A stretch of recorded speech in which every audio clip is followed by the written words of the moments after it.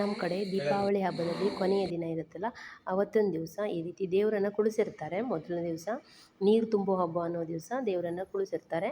ಕೊನೆಯ ದಿನ ಮೂರನೇ ದಿವಸಕ್ಕೆ ದೊಡ್ಡ ಹಬ್ಬ ಅಂತ ಮಾಡ್ತೀವಿ ನಮ್ಮ ಕಡೆ. ಲಕ್ಷ್ಮೀ ಪೂಜೆ ಆದ ನೆಕ್ಸ್ಟ್ ಡೇ ಆ ಹಬ್ಬ ದಿನ ರಾತ್ರಿ ದೇವರಿಗೆ ಈ ರೀತಿ ಆರತಿಯನ್ನು ಎತ್ತುತ್ತೀವಿ. ಮುತ್ತೈದರೆಲ್ಲ ಆರತಿಯನ್ನು ಎತ್ತಿ ದೇವರಿಗೆ ಹಾಡನ್ನು ಹೇಳಿ, ಅಂದರೆ ಅದಕ್ಕೆ ಹಿಟ್ಟಿನ ಆರತಿ ಅಂತ ಮಾಡ್ತೀವಿ. ಸೇಡಿ ಅಂತ ಗೊತ್ತಾಗುತ್ತಲ್ಲ, ಆ ಸೇಡಿಯಿಂದ ಹಿಟ್ಟು ಆರತಿಯನ್ನು ರೆಡಿ ಮಾಡ್ಕೊಳ್ತೀವಿ. ನಾನಿಲ್ಲ ಅದನ್ನು ಬಟ್ಲನ್ನು ಫೋಟೋ ತೆಗಿಯೋಕ್ಕೆ ಮರ್ತುಬಿಟ್ಟೆ. ಅದು ಹಿಡ್ದಿರೋದು ನಾವು ಹಿಟ್ಟಿನ ಆರತಿ ಅದು.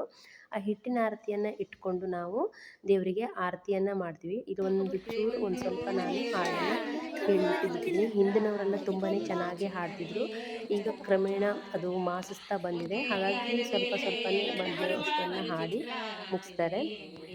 ಇದು ನಮ್ಮ ಅಮ್ಮನ ಮನೆಯಲ್ಲಿ, ಅಂದರೆ ಹಳೆ ಮನೆ ಇದೆ ನಮ್ಮ ಅಮ್ಮನ ಮನೆಯಲ್ಲಿ. ಆ ಹಳೆ ಮನೆ ಹತ್ರ ನಾವು ದೇವರನ್ನು ಕೂರಿಸ್ತೀವಿ. ಅಲ್ಲೇ ಹೋಗಿ ದೇವರಿಗೆ ಈ ರೀತಿ ಪೂಜೆ ಪುನಸ್ಕಾರನೆಲ್ಲ ಮಾಡಿ ಬರ್ತೀವಿ.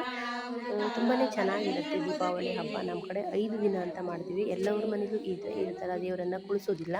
ಈ ರೀತಿ ದೇವ್ರು ಕುಳಿಸೋದ್ರ ಮನೆಯಲ್ಲ ಇದೇ ಥರ ಸಂಪ್ರದಾಯ ಇದೆ ನಮ್ಮ ಕಡೆ. ನೀವೆಲ್ಲ ಯಾವ್ಯಾವ ರೀತಿ ಆಚರಿಸ್ತೀವಿ ಅಂತ ಕಮೆಂಟ್ಸ್ ಮಾಡಿ. ನಮ್ಮ ಕಡೆ ಇದೇ ಥರ ಮಾಡ್ತೀವಿ.